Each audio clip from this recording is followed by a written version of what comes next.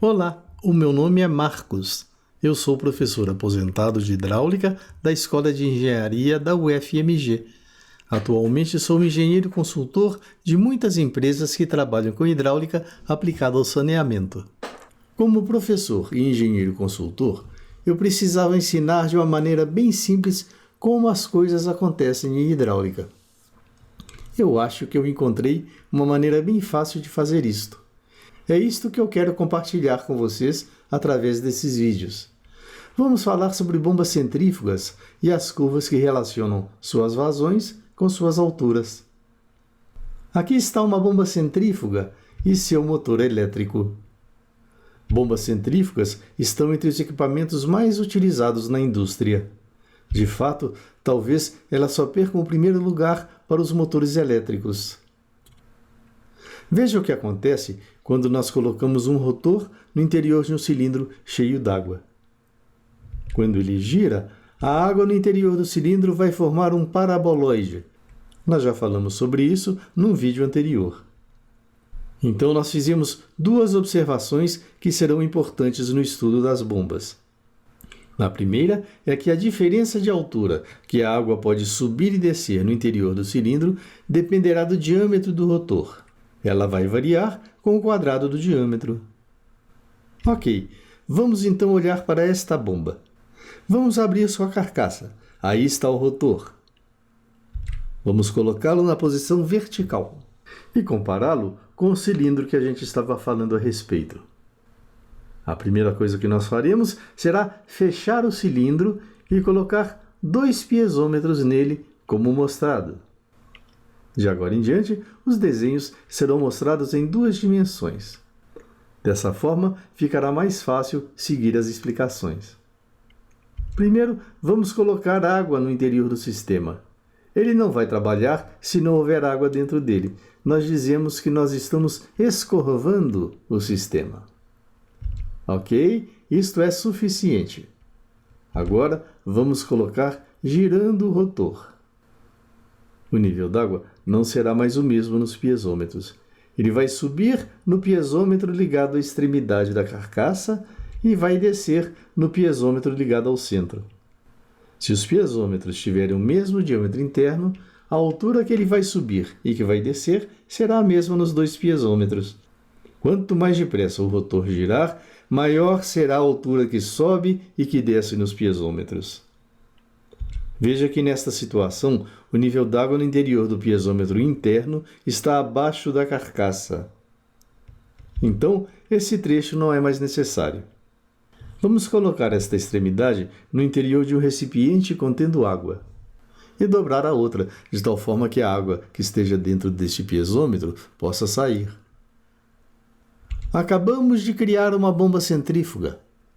Em muitos casos, ela é instalada com o eixo na posição horizontal, mas o princípio de trabalho será o mesmo. Nós vamos ter uma sucção aqui no centro e uma descarga aqui na extremidade. Vamos agora fazer um teste de desempenho com a nossa bomba. Observe que nós vamos conduzir o teste para o diâmetro de rotor D0. Este foi o resultado obtido do teste. Nós já vimos como essa curva foi obtida num vídeo anterior. Esta é a representação que nós encontramos no material técnico que é fornecido pelo fabricante. Ele é válido para a bomba que opera com diâmetro de rotor D0. Mas o que acontecerá se nós fizermos o mesmo teste para um rotor menor? Outra curva será obtida. Aqui está ela, no material técnico fornecido pelo fabricante. Nós podemos obter essa nova curva utilizando os conceitos que nós vimos anteriormente. Vamos nos lembrar. A diferença de altura da água entre a extremidade e o centro é proporcional ao quadrado do diâmetro. Então, esta relação pode ser obtida. Agora imaginemos que existe um orifício alimentado pelo nosso equipamento. Como nós sabemos da hidráulica, a vazão que passa através desse orifício é proporcional à raiz quadrada da carga montante. Vamos escrever isto. Nós podemos aplicar esta relação para as vazões 1 e 2, relacionando com as alturas 1 e 2. Mas nós vimos que essas relações são iguais ao quadrado da relação D1 sobre D2. Assim, a gente conclui que a relação Q1 sobre Q2 é igual à relação D1 sobre D2. Estas serão as relações que vão nos permitir encontrar as relações entre altura versus vazão para qualquer diâmetro de rotor. Ela pode ser obtida a partir de uma curva similar conhecida. Os pares de valores Q1, H1, que pertencem ao diâmetro D1, vão se transformar num par de valores Q2, H2, que pertence ao diâmetro D2. Observe que os pontos deslizam sobre parábolas. Vamos resolver um exemplo. Essa é a curva altura versus vazão do rotor de diâmetro 350 milímetros. Nós queremos encontrar a mesma curva para o rotor de diâmetro 300 milímetros. Esta é a relação entre vazão e diâmetro que nós encontramos. Ela se transforma nessa quando nós colocamos os valores numéricos. Vamos fazer o mesmo com a relação entre altura e diâmetro que nós encontramos. Ela se transforma nessa quando nós colocamos os valores numéricos. Agora nós construímos essas tabelas contendo os valores de altura e vazão. Nós vamos preencher as colunas da esquerda das tabelas com os valores extraídos da curva do rotor de 350 milímetros. As colunas da direita serão preenchidas com os resultados dos nossos cálculos.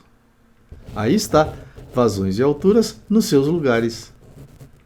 Agora nós preenchemos a coluna da direita da tabela da esquerda, multiplicando cada vazão por 0,857 e a coluna da direita da tabela da direita, multiplicando cada altura por 0,735.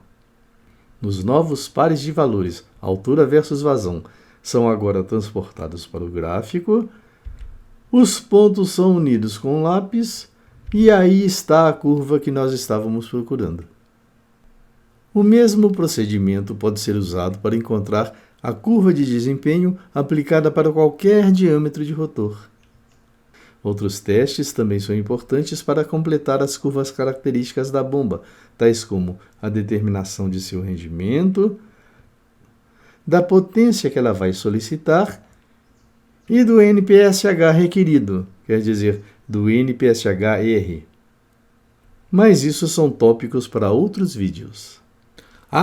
E se você gostou deste vídeo, não se esqueça de curtir, comentar e compartilhar. Acione o sininho para ser avisado de nossas próximas publicações.